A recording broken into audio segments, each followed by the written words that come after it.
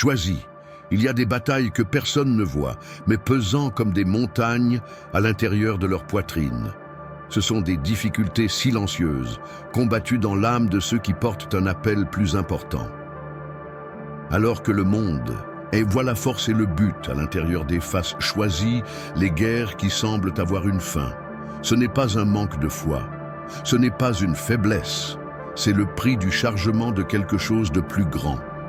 La guerre ne se produit pas à l'extérieur, elle se cache dans les pensées, les émotions, les moments de solitude.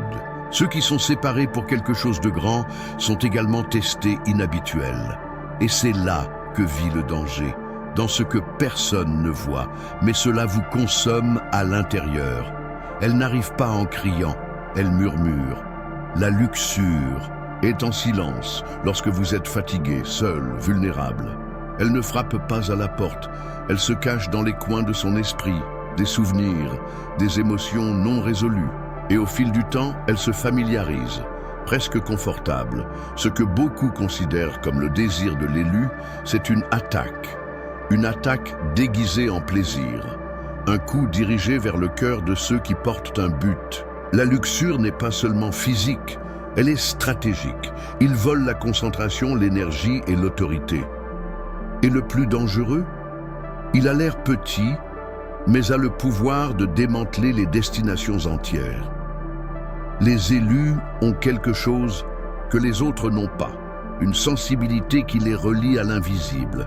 Écoutez ce que les autres ignorent, ils ressentent ce que la plupart ne réalisent pas. Mais cette sensibilité, qui est un cadeau de Dieu, les rend également des cibles faciles. Parce que le même cœur qui capture le mouvement divin ressent également étroitement les attaques de la chair. Plus on est sensible, plus sa douleur est profonde, plus sa tentation est réelle. Et donc, les élus ont besoin d'une surveillance supplémentaire. Parce que ce qui a été donné en cadeau peut devenir une violation. Et la ligne entre la révélation et la distraction est beaucoup plus rapide qu'il n'y paraît. Avez-vous remarqué à quel point la tentation semble augmenter avec justice avant une avance spirituelle? Comment les pensées sont-elles plus lourdes, les désirs les plus intenses et les distractions les plus constantes lorsque quelque chose d'important est sur le point de se produire? Ce n'est pas une coïncidence, c'est la stratégie.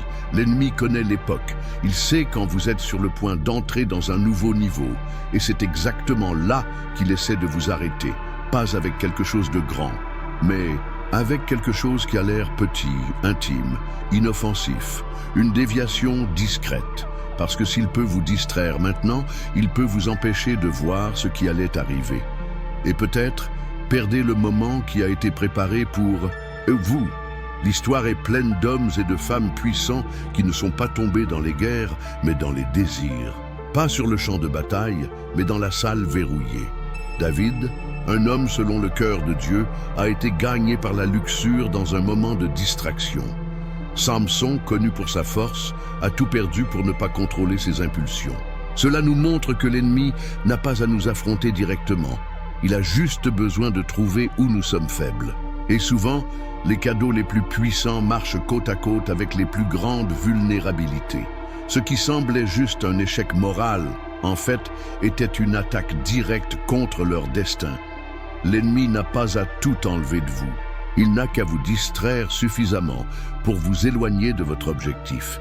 Et la luxure est juste cela, une distraction déguisée en plaisir.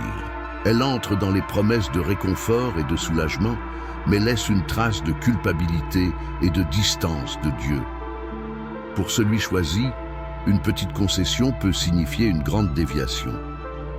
Non pas parce que Dieu le rejette, mais parce que son esprit est perdu, son autorité s'affaiblit et sa clarté disparaît. Il ne s'agit pas de sexe, il s'agit de concentration. Et perdre la focalisation peut coûter plus cher que vous ne le pensez. Être choisi n'est pas glamour comme il semble. C'est un chemin que peu comprennent, et encore moins peut se tenir debout.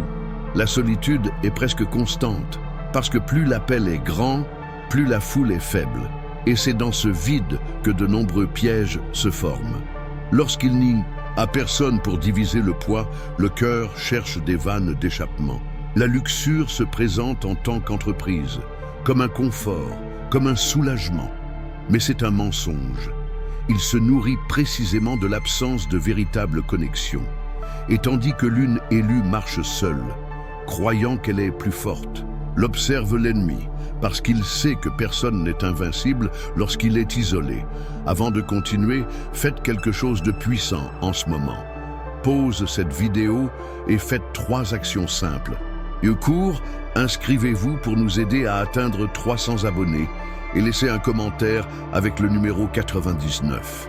Ce geste n'est pas seulement symbolique, mais envoie un message à l'univers, amplifiant l'énergie positive de ce moment.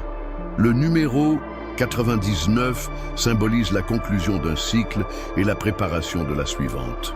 Ce signe puissant aligne son énergie avec le flux du véritable amour qui est en route. En prenant ces actions, vous vous connectez encore plus à l'abondance et à la transformation qui sont sur le point de se produire dans votre vie. Bien que cela semble être un simple rituel en ligne, la vérité est que ces petits gestes, unis à leur véritable intention, peuvent améliorer l'atmosphère qui l'entoure.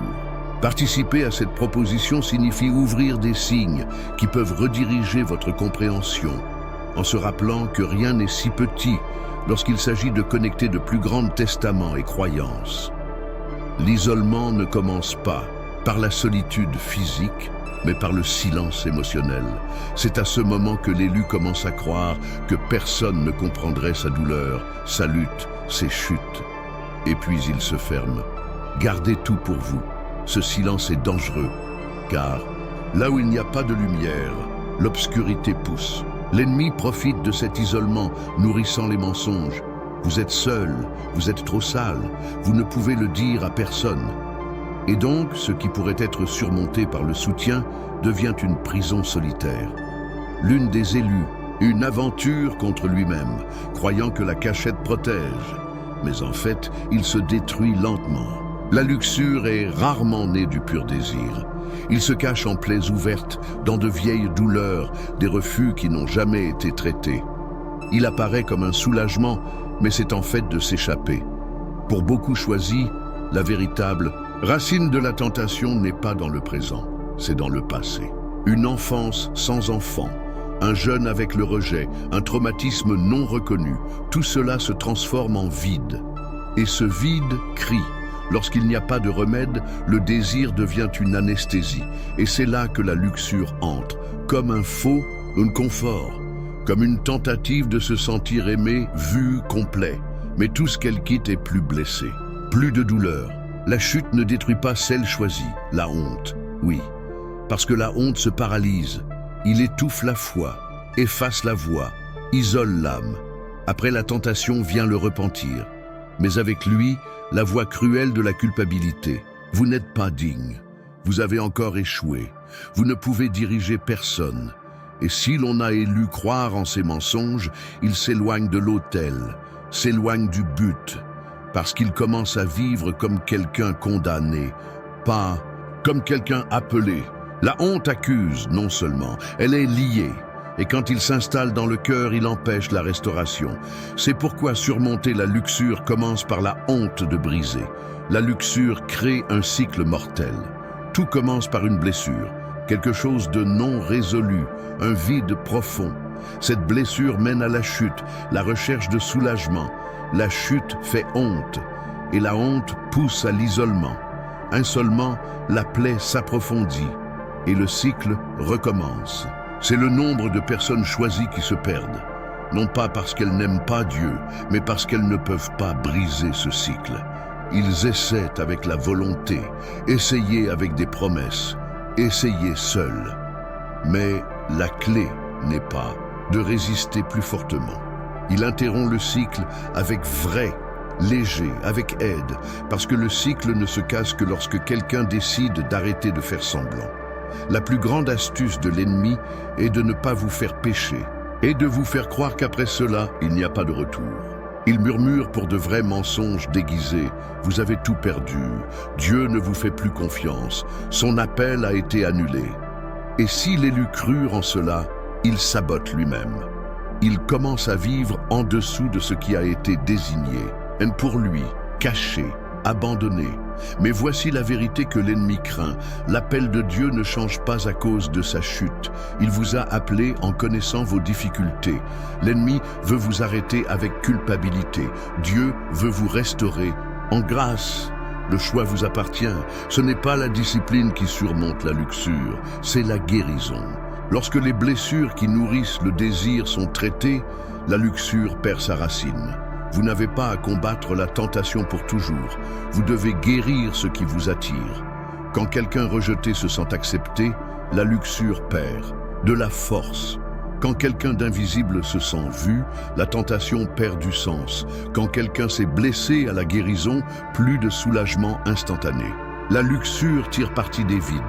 Guérissez les vides, et elle n'aura nulle part où se cacher. Il ne s'agit pas seulement de résister, il s'agit de transformer. Et qui guérit à l'intérieur est complètement libre. Le cadeau que vous portez peut se connecter à Dieu ou vous exposer à l'ennemi. Les dirigeants, prophètes, pasteurs, intercesseurs, tous portent des cadeaux puissants. Mais ces dons apportent également la visibilité, l'influence, l'intensité émotionnelle. Et sans protection, ce qui était d'homme devient une violation. L'ennemi n'essaie pas par le point faible, il attaque à la force. Parce que vous savez que celui choisi là-bas, la chute sera plus grande. Beaucoup pensent que le don les immunise, mais les rend en fait plus vulnérables. Être sensible spirituellement nécessite une vigilance émotionnelle. Être utilisé par Dieu nécessite des limites humaines, parce que même les cadeaux les plus saints peuvent devenir des portes ouvertes s'ils ne sont pas gardés judicieusement.